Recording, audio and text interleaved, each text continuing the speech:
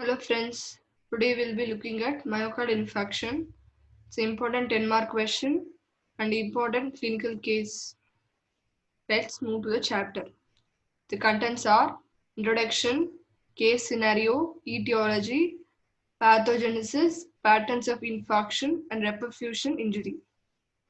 So we are having a very typical case here. 50-year-old man complaint of chest pain like compression, weight pressing in the substernal region.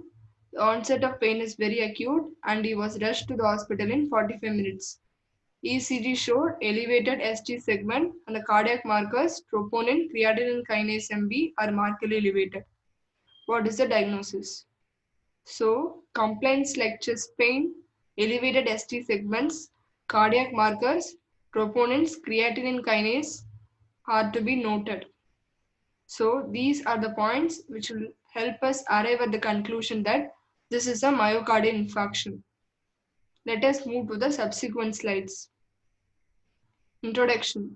Myocardial infarction is otherwise known as heart attack. It is one of the most common ischemic heart disease.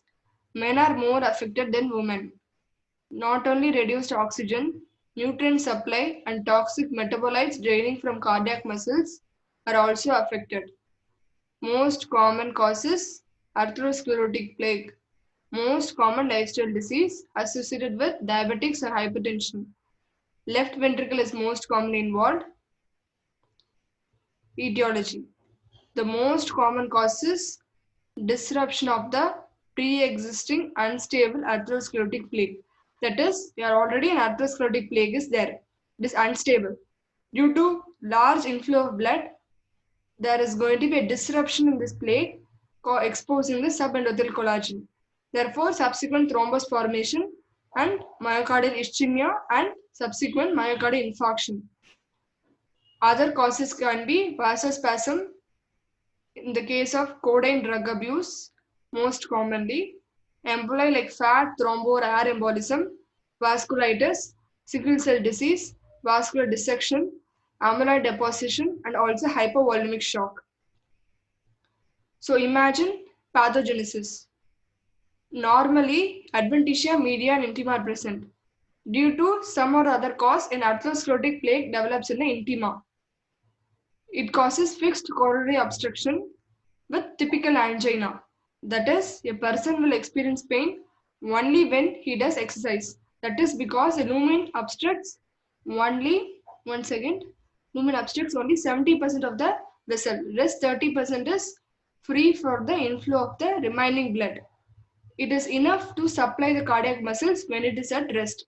The disease can progress in two ways. Either the plaque itself can grow to occlude more than 70% of the lumen, causing severe fixed coronary obstruction, or the endothelium covering the plaque can be disrupted, causing platelet aggregation, causing mural thrombus or occlusive thrombus. Mural thrombus is incomplete thrombus, causing unstable angina or subendocardial infarction. Occlusive thrombus causes acute transmural myocardial infarction. These three, unstable, subendocardial, transmural, are commonly called as acute coronary syndromes.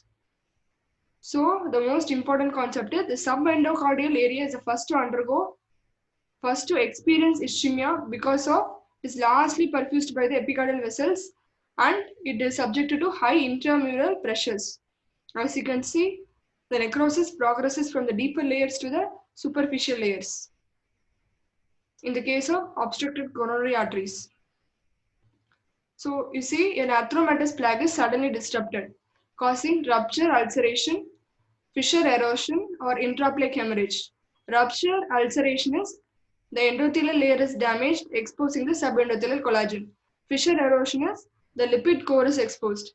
Intraplaque hemorrhage is the newly vascularization to the plaque is highly hemorrhagic, causing intraplaque hemorrhage, exposing the subendothelial collagen and a necrotic plaque. The plates other aggregate and are activated, releasing thromboxane A2, adenosine diphosphate, and serotonin. May further cause platelet aggregation and vasospasm. Again, this leads to activation of coagulation factors by exposure of tissue factors. And lastly, fibrinogen is converted to fibrin, leading to thrombus formation. Thrombus can be either neural thrombus or complete occlusion by thrombus. When it's going to be partial occlusion by thrombus, it will cause atherosclerotic plaque plus the thrombus will occlude more than 70% of the vessels, causing unstable angina. That is, the person will experience pain even when he is at rest. This is because ischemia is caused to the subendocardial region. When more than 20 to 30 minutes of ischemia starts causing irreversible injury to some of the myocytes and necrosis of the myocytes of the subendocardial region, it will cause subendocardial infarct. The moment the irreversible injury starts, the unstable angina is now called as subendocardial infarct. These are the pictures of subendocardial infarction. This is a regional subendocardial infarct. This is a circumferential subendocardial infarct. When there is going to be complete occlusion with thrombus, this is called as transmural infarction. Permanent occlusion of the left anti-descending, left circumflex branch, posterior descending branch of the right coronary artery. Patterns of infarction are summarized here. Transmural infarction, it involves the full thickness of the ventricle. It is also a focal infarct. Subendocardial infarct involves only the subendocardial infarct. It can also be multicentric in case of circumferential infarct. So complete occlusion by coronary arteries, incomplete occlusion of coronary arteries, or hypovolemic shock. As in the case of there is going to be less blood in the coronary arteries, the subendocardial area is the first to undergo ischemia and subsequent necrosis. The necrosis is coagulative necrosis. ST elevation, myocardial infarct, non-ST elevation, myocardial infarct. Multifocal infarction, other third type of infarction, it involves a smaller intramural vessels. As you can see, left antedescending, left circumflex, posterior descending branch, all this occludes, there is a complete occlusion of the main coronary branches. Therefore, area supplied by these arteries are undergo coagulative necrosis. This is a transient regional subendocardial infarct, global circumferential infarct, and smaller intramural vessel occlusion. In the order of descending of the arteries more prone for infarction, left antedescending, left circumflex artery, followed by right coronary artery.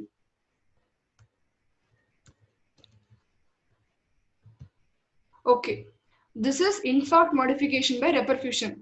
Even when a cell is reversible or irreversibly injured, when a blood supply is suddenly restored, they are prone to injury, like myocardial dysfunction, myocyte hypercontracture due to large inflow of calcium, and free radical production, leukocyte aggregation, platelet and complement activation. Thank you. We will see more about this in part 2.